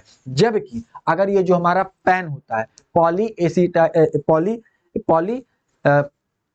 एसेटाइट नाइट्रेट, एग्जैक्ट याद नहीं आ रहा है, तो जो पैन हमारा होता है, पैन हो गया या ओजोन हो गया O3, ओजोन हो गया, पैन हो गया, ये सब क्या है, ये सब द्वितीयक प्रदूषक है। ये सब क्या है, द्वितीयक प्रदूषक है। और सल्फर डाइऑक्साइड बोले, कार्बन डाइऑक्साइड बोले, नाइट्रोजन डाइऑक्साइड बोले, कार्बन मोनोऑक्साइड बोले, ये सब कैसे हैं, ये सब प्राथमिक प्रदूषक हैं। कैसे प्रदूषक हैं, तो प्राथमिक प्रदूषक है। तो 28 का सही ऑप्शन क्या हो जाएगा, 28 का सही ऑप्शन हो जाएगा उपयुक्त में से एक से अधिक। ए और सी दोनों सही है, इसलिए D is the right answer. चलिए देखिए लिखा हुआ है ओजोन, पैन, सल्फर डाइऑक्साइड। अच्छा, सल्फर डाइऑक्साइड जो इसमें गलत लिखा हुआ है, इसको हटा लीजिएगा, ठीक है। आदि द्वितीयक प्रदूषक है, जबकि प्राथमिक प्रदूषक जैसे कार्बन मोनोऑक्साइड, नाइट्रोजन की ऑक्साइड, सल्फर डाइऑक्साइड, ठीक है। सल्फर डाइऑक्साइड देखिए यहाँ पे लिखा हुआ है SO2, ठीक है, यहाँ पे इसको मिटा लीजिए। कार्बन मोनोऑक्साइड, ये सब कैसे हैं, प्राथमिक प्रदूषक है। चलिए आगे चलते हैं। अब साथियों फिर से आ गया, पारिस्थितिकी तंत्र में ऊर्जा का प्रवाह 10% का नियम किसके द्वारा दिया गया है, तो लिंडेमान का 10% का नियम लिंडेमान के द्वारा दिया गया है। ए इज द राइट आंसर। चलिए आगे चलते हैं, हमने इसको समझ लिया, अच्छे तरीके से पढ़ लिया। अब आगे चलते हैं, हम लोग अगले प्रश्न पर चलते हैं, प्रश्न संख्या 30 पर। प्रश्न संख्या 30 क्या कर रहा है, पारिस्थितिकी तंत्र में वाई आकार का ऊर्जा प्रवाह मॉडल किसके द्वारा दिया गया था। पारिस्थितिकी तंत्र में वाई आकार का ऊर्जा प्रवाह मॉडल किसके द्वारा दिया गया था, क्या वो ओडम के द्वारा दिया गया था, लिंडेमान के द्वारा दिया गया था, क्लीमेंट के द्वारा दिया गया, तो उपयुक्त में से एक से अधिक उपयुक्त में से कोई नहीं। तो पारिस्थितिकी तंत्र में वाई आकार का ऊर्जा प्रवाह जो था वो ओडम के द्वारा दिया गया था। ए इज द राइट आंसर। ए इस प्रश्न का सही उत्तर हो जाएगा, ओडम के द्वारा दिया गया था, ठीक है। किसके द्वारा, ओडम के द्वारा दिया गया था। आगे चलते हैं साथियों, प्रश्न संख्या 31 पर चलते हैं। प्रश्न संख्या 31 क्या कर रहा है, बोल रहा है निम्नलिखित आंदोलनों में से किसका भारतवर्ष के अंतर्गत बहुउद्देशीय परियोजनाओं के विरुद्ध शुभ आरंभ किया गया था। निम्नलिखित आंदोलनों में से किसका भारतवर्ष के अंतर्गत बहुउद्देशीय परियोजनाओं के विरुद्ध शुभ आरंभ किया गया था। नर्मदा बचाओ आंदोलन, टिहरी बांध आंदोलन, चिपको आंदोलन, उपयुक्त में से एक से अधिक उपयुक्त में से कोई नहीं। प्रश्न संख्या 31 का सही ऑप्शन क्या हो जाएगा, D is the right answer, उपयुक्त में से एक से अधिक। चिपको आंदोलन किससे संबंधित था, चिपको आंदोलन जो था हमारा वो साथियों किससे से संबंधित था, पेड़ पौधों को काटने से रोकने के लिए चिपको आंदोलन सुंदरलाल बहुगुणा के द्वारा चलाया गया था। कहां पर, उत्तराखंड में चलाया गया था, ठीक है। तो ये हो गया। लेकिन टिहरी बांध आंदोलन और नर्मदा बचाओ आंदोलन, नर्मदा पर जब बांध बनाया जा रहा था तब पर भी उसका विरोध किया गया था, और नर्मदा के बांध की जब ऊंचाई बढ़ाई जा रही थी तब पर भी मेघा पाटेकर के द्वारा इसका विरोध किया गया था। और टिहरी बांध आंदोलन, टिहरी पर जब बांध बनाया जा रहा था उस समय भी आंदोलन किया गया था। और टिहरी बांध परियोजना हो जाए चाहे नर्मदा बांध परियोजना हो जाए, सरदार सरोवर परियोजना जिसको बोलते हैं, नर्मदा नदी पर जो बांध बनाया गया उसका नाम क्या है, सरदार सरोवर बांध परियोजना। और ये सब कैसे हैं, ये सब बहुउद्देशीय नदी परियोजना है। तो दो से अधिक हुआ कि नहीं, नर्मदा बचाओ आंदोलन और टिहरी बांध आंदोलन, ये दोनों किससे संबंधित है, बहुउद्देशीय परियोजनाओं के विरुद्ध शुभारंभ किया गया ये आंदोलन था। सही ऑप्शन क्या हो जाएगा, D is the right answer. D इस प्रश्न का सही उत्तर हो जाएगा। चलिए आगे चलते हैं। अब साथियों क्या है, प्रश्न संख्या 32 और बहुत इंपॉर्टेंट हो जाता है। प्रश्न संख्या 32 हमारे लिए बहुत इंपॉर्टेंट हो जाता है। बोल रहा है क्या, मेथोमोग्लोबिनिया मेथोमोग्लोबिनिया जो होता है निम्नलिखित में से किसके दूषित पानी से पीने के कारण होता है। अब साथियों ये जो रोग है मोग्लोमोनिया जो है, मेथोग्लोबिनिया जो है ये रोग। अब साथियों अगर अब ये समझिएगा कि ये रोग कैसे होता है। जब दूषित जल होता है तो दूषित जल के कारण ये रोग होता है। पहला चीज ये हो गया। जब दूषित जल जो होता है हमारा, दूषित जल में जब पानी में, दूषित पानी में जो हम पीने का पानी यूज करते हैं उसमें जब नाइट्रेट की मात्रा, किसकी, नाइट्रेट की मात्रा ज्यादा हो जाती है, तब ये रोग होता है। ठीक है, तो यहाँ पर सही ऑप्शन क्या हो जाएगा, A is the right answer. Cadmium के द्वारा इटाई इटाई रोग होता है और पारा के द्वारा मिनी माता रोग होता है। जब और अगर दो तीन चीजें याद रखिए रहेगा आपको। एक और होता है रोग ब्लू बेबी सिंड्रोम, जिसको बोलते हैं ब्लू बेबी सिंड्रोम। आपसे पूछेगा कि ब्लू बेबी सिंड्रोम कैसे होता है, तो आप कहेंगे कि ये जब साथियों बच्चों में नाइट्रेट की मात्रा अधिक हो जाती है, नाइट्रेट के प्रदूषण के कारण ब्लू बेबी सिंड्रोम होता है। और उसके साथ अगर आपसे पूछेगा ये जो हमारा मेथोग्लोबिनिया जो डिजीज है ये किसके कारण होता है, तो नाइट्रेट के कारण। पानी में जब पानी में नाइट्रेट की मात्रा अधिक हो जाती है तो भी होता है। तो सही ऑप्शन क्या हो जाएगा, A is the right answer. चलिए आगे चलते हैं। पारिस्थितिकी तंत्र में ऊर्जा का प्रवाह कैसा होता है। कई बार इस प्रश्न को बिहार पीसीएस के द्वारा और उत्तर प्रदेश पीसीएस के द्वारा इस प्रश्न को कई बार पूछा गया है। ऊर्जा का जो प्रवाह होता है वो एक दिशीय होता है, वन वे में होता है। जैसे कि जो घास है, घास को कौन खाता है, बकरा खाता है। ठीक है, और बकरा को कौन खाता है, बकरा को आदमी खाता है। तो यहाँ पर साथियों ऐसा नहीं है कि घास जब बकरा खाएगा तो इसको दूसरे को भी ऊर्जा मिलेगी, नहीं। यानी कि एक दिशा में, वन वे में होता, वन डायमेंशनल में ऊर्जा जाती है। घास खाएगा बकरा तो बकरे के पास ऊर्जा जाएगी, आदमी जब बकरा को खाएगा तो आदमी के पास ऊर्जा जाएगी, यानी कि वन वे डायरेक्शन में जाता है। तो वही तुमसे पूछ रहा है कि पारिस्थितिकी तंत्र में ऊर्जा का प्रवाह कैसा होता है, एक दिशीय होता है। मोस्ट इंपॉर्टेंट प्रश्न है, इसको रट डालिएगा, इसको कदापि नहीं भूलना है, गलत कभी नहीं करना है कि ऊर्जा का जो प्रवाह होता है वो एक दिशीय होता है। आगे चलते हैं साथियों, प्रश्न संख्या 34। प्रश्न संख्या 34 क्या कर रहा है, निम्नलिखित में से कौन सा पारिस्थितिकी तंत्र का संगठक है, कौन सा। तो साथियों अगर बात करें कोई भी हमारा पारिस्थितिकी तंत्र बनता है, पेड़ पौधे, जीव जंतु, आदमी, तो ये सब चीजों से मिलकर पारिस्थितिकी तंत्र कैसा होता है। जैसे कि अगर बात करें कैसा पारिस्थितिकी तंत्र होता है, अगर ये सूर्य है, देखिए पारिस्थितिकी तंत्र की अगर थोड़ा सा हम यहाँ पर वेरिफिकेशन स्पेसिफिकेशन दें तो ये सूर्य है। सूर्य से ऊष्मा जो है, सूर्य से जो ऊर्जा मिलता है पेड़ पौधे लेते हैं, जो हमारा लेता है पेड़ पौधे लेते हैं। ठीक है, वो सभी लेते हैं, पेड़ पौधे इसके द्वारा भोजन बनाते हैं। पेड़ जो है, पेड़ या पौधा जो होता है, पेड़ पौधा क्या करता है, भोजन बनाता है। इस पेड़ पौधों को कौन खाएगा, इस पेड़ पौधों को जो, या घास फूस जो होता है, घास भी हम यहाँ पर लिख लेते हैं, तो इनको कौन खाएगा, इनको खाएगा टिड्डा।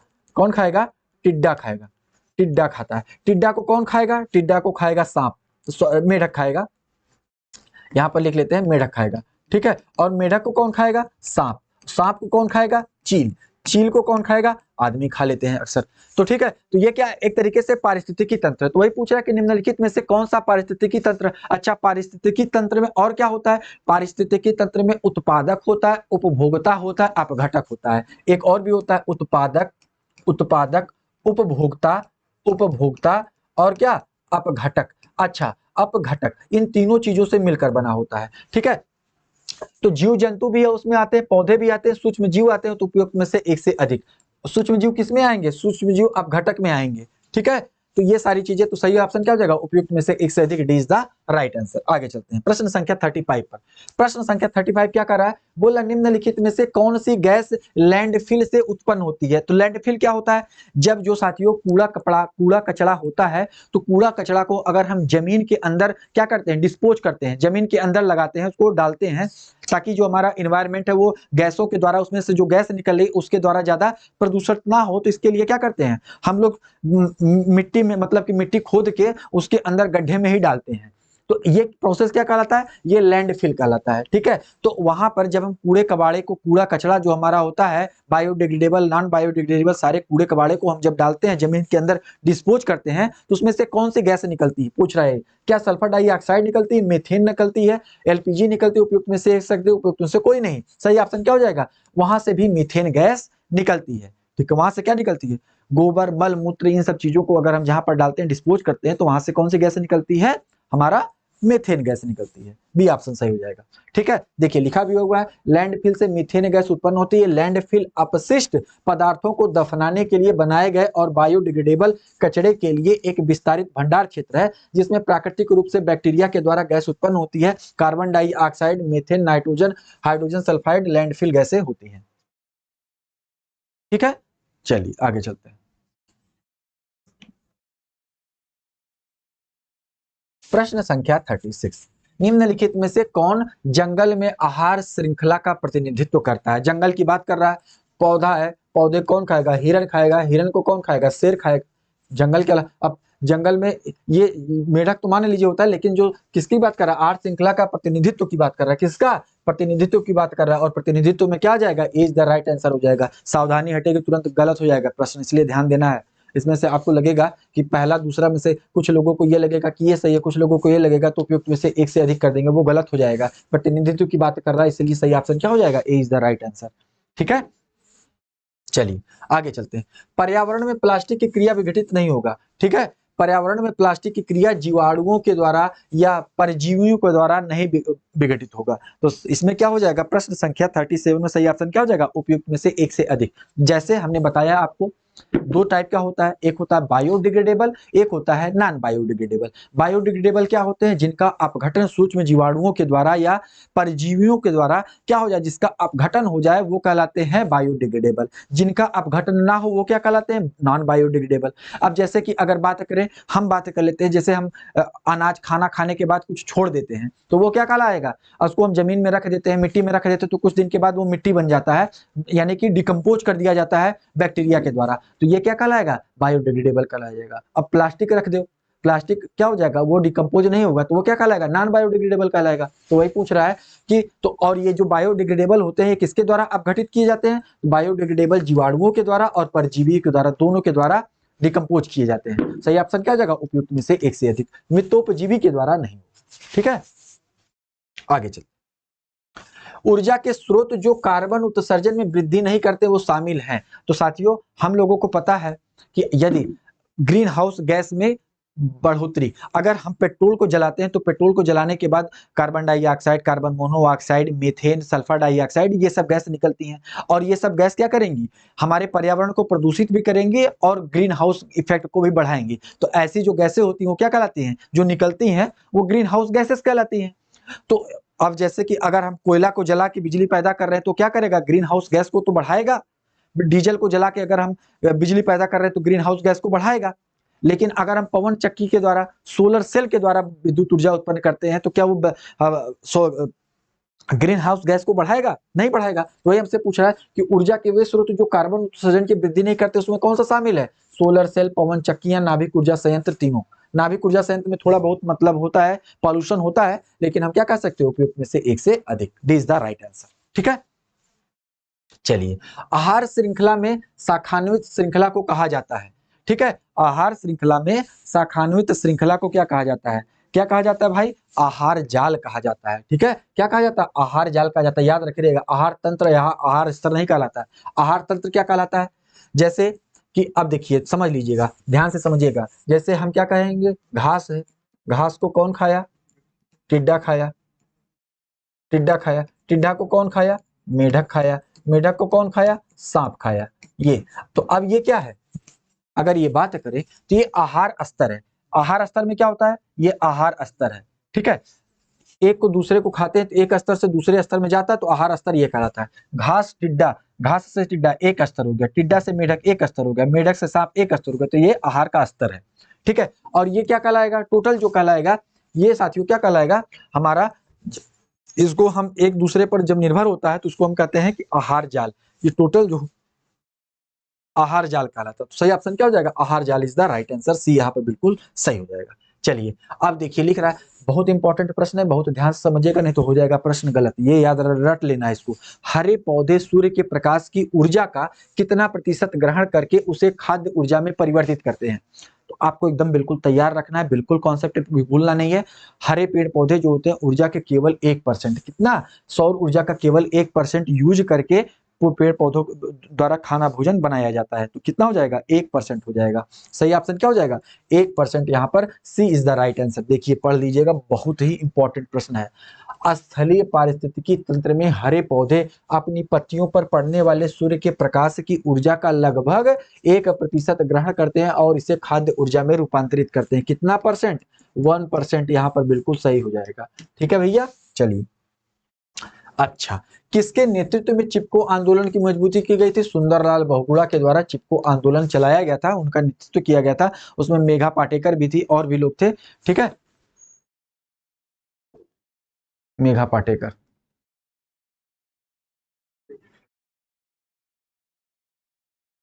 चलिए भाई, सुंदरलाल बहुगुणा के द्वारा पढ़ लीजिए।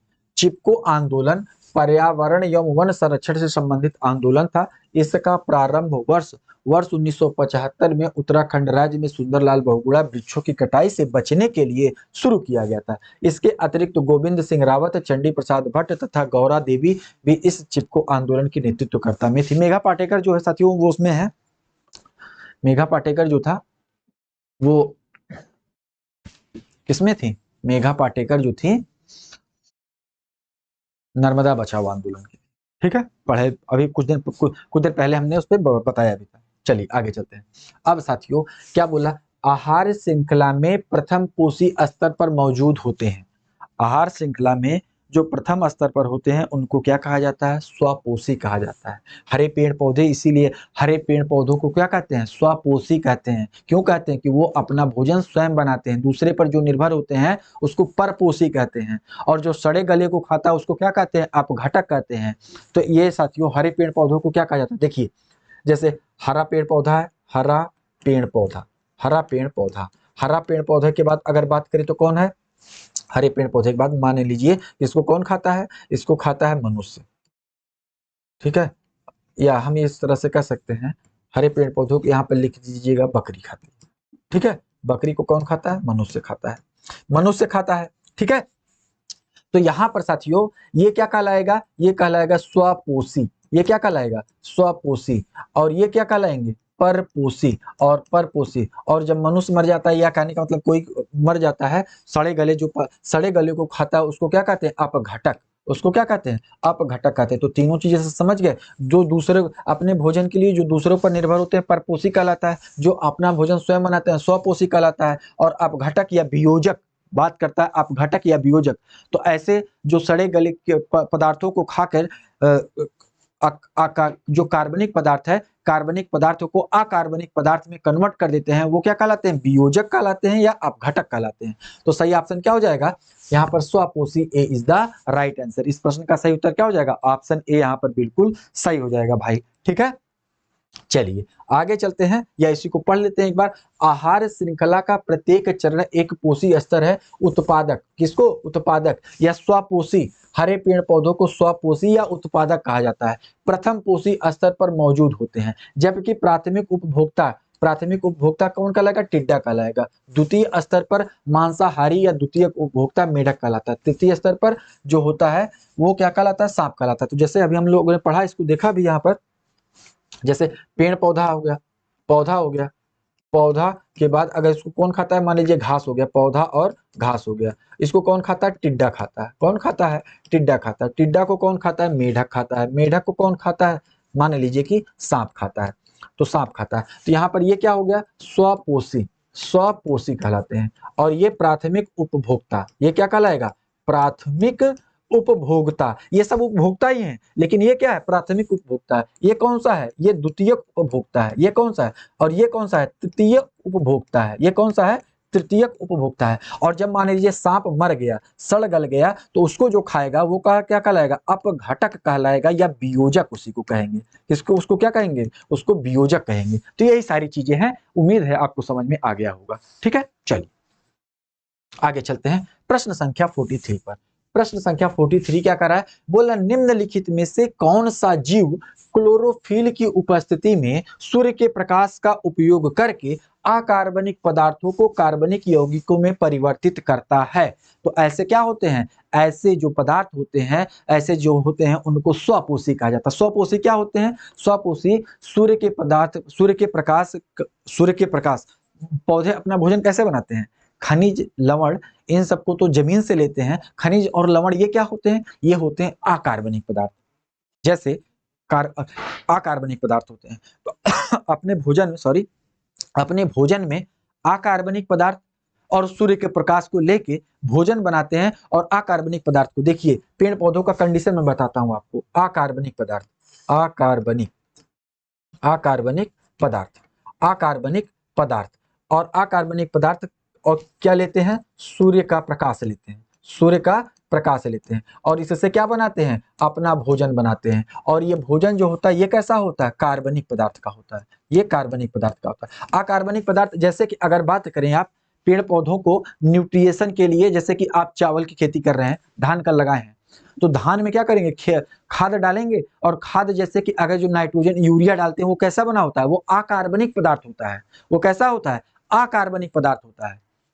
जो होता है वो अकार्बनिक पदार्थ होता है। तो अकार्बनिक पदार्थ ले रहा है, सूर्य का प्रकाश ले रहा है, भोजन बना ले रहा है और फिर वो क्या हो जा रहा है? कार्बनिक पदार्थ हो जा रहा है। तो वही तो बात बोला है कि कार्बनिक यौगिकों में कन्वर्ट कर देता है। कौन होता है? स्वपोषी होता है। ठीक है, स्वपोषी होता है।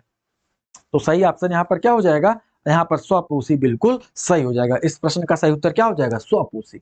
चलिए आगे चलते हैं, प्रश्न संख्या 44 पर चलते हैं। प्रश्न संख्या, इसको पढ़ लीजिए भाई। स्वपोषी जीव पौधे, शैवाल, कुछ जीवाणु क्लोरोफिल की उपस्थिति में सूर्य के प्रकाश का उपयोग करके अकार्बनिक पदार्थों को कार्बनिक यौगिकों में परिवर्तित करते हैं। ये जीव सौर ऊर्जा को रासायनिक ऊर्जा में परिवर्तित करके जीवमंडल में महत्वपूर्ण भूमिका निभाते हैं, जिसका उपयोग खाद्य श्रृंखला में अन्य जीवों के द्वारा किया जाता है। कितना अच्छा प्यारा एक्सप्लेनेशन आपको दिया गया है, तुरंत आपको समझ में आ जाना चाहिए। और वैसे भी हमने आपको बहुत अच्छे से एक्सप्लेन करके समझा दिया, जिससे उम्मीद है अब ऐसे प्रश्न, कॉन्सेप्ट कितना भी घुमाए, आपका कॉन्सेप्ट तैयार रहेगा तो गलत नहीं होगा। ठीक है, चलिए आगे चलते हैं। प्रश्न संख्या 44 पर बोला, निम्नलिखित में से कौन सा पारिस्थितिकी तंत्र में गैसीय भू रासायनिक, देखिए इसको इंग्लिश में कहेगा तो देखिए जियोथर्मोकेमिकल साइकिल, जियोथर्मोकेमिकल साइकिल। तो पारिस्थितिकी तंत्र में कौन गैसीय जैव भू रासायनिक चक्र नहीं है? तो फास्फोरस जो चक्र है ये क्या है? ये नहीं है। ऑक्सीजन और नाइट्रोजन ये कैसे चक्र हैं? भू रासायनिक चक्र हैं। भू रासायनिक चक्र है, ऑक्सीजन चक्र और नाइट्रोजन चक्र, जबकि फास्फोरस नहीं है। सही ऑप्शन क्या हो जाएगा? ए यहाँ पर बिल्कुल सही हो जाएगा। लेकिन पढ़ लीजिए एक बार, फास्फोरस चक्र पारिस्थितिकी तंत्र में गैसीय जैव भू रासायनिक चक्र नहीं है, क्योंकि फास्फोरस चक्र लंबी व छोटी अवधि के होते हैं या कोशिका विकास में एक आवश्यक तत्व है। गैसीय चक्र में कार्बनिक, हाइड्रोजन, ऑक्सीजन जैसे गैस शामिल होती हैं। फास्फोरस अवसादी जैव भू रासायनिक चक्र है। इसके अनुसार फास्फोरस की गति स्थल मंडल, जल मंडल एवं जैव मंडल में होती है, जिसमें प्रमुख भंडारण के क्षेत्र स्थल मंडल में है। तो ये सारी चीजें आपको तैयार हो गया होगा। तो साथियों, हम लोग कुल कितने प्रश्नों को कर चुके हैं? अब हम लोग इसके बाद करेंगे आगे, हम लोग अब करेंगे भारतीय संविधान एवं राज्य व्यवस्था। ठीक है, तो यहां तक साथियों क्या हो चुका है? हमारा बिल्कुल इन्वायरमेंट के जितने भी प्रश्न थे, जितने भी इन्वायरमेंट के प्रश्न थे, एक एक करके हम लोग सॉल्व कर लिए। 45 क्वेश्चन जो थे, 44 या 45 जो क्वेश्चन थे वर्ष 2023 में, वर्ष 2023 में टोटल कितने इन्वायरमेंट के प्रश्न पूछे गए हैं? 45 प्रश्न पूछे गए हैं। बिहार शिक्षक भर्ती हो गया, जितने भी पेपर हुए हैं सब में कितना प्रश्न पूछा गया? 45 प्रश्न इन्वायरमेंट के पूछे गए हैं और एक एक करके हम लोग सॉल्व कर चुके हैं। साथियों, ये महत्वपूर्ण एग्जामों के महत्वपूर्ण प्रश्नों की श्रृंखला थी, जिसको आपको बताया गया है और ये आपकी सफलता को सुनिश्चित करेगा। तो उम्मीद है आपको क्लास समझ में आई होगी, अच्छा लगा होगा। इन्वायरमेंट के जितने प्रश्न थे वो करवा दिए गए हैं। अब हम लोग इसके बाद आगे पॉलिटी के प्रश्न को करेंगे। हम लोग अब तक हिस्ट्री के जितने भी प्रश्न 2023 में बिहार लोक सेवा आयोग ने पूछा है उसको कर चुके हैं। जियोग्राफी के जितने भी प्रश्न पूछा गया बिहार लोक सेवा आयोग के द्वारा उसको कर चुके हैं। इन्वायरमेंट के जितने प्रश्न पूछे गए हैं उसको कर चुके हैं। अब इसके आगे हम लोग आगे आगे बढ़ते हुए आपकी परीक्षा के पहले तक सारी चीजों को समाप्त कर देंगे। तो यहीं पर आज की क्लास को समाप्त करते हैं। पुनः हम लोग मिलेंगे। नमस्कार, धन्यवाद।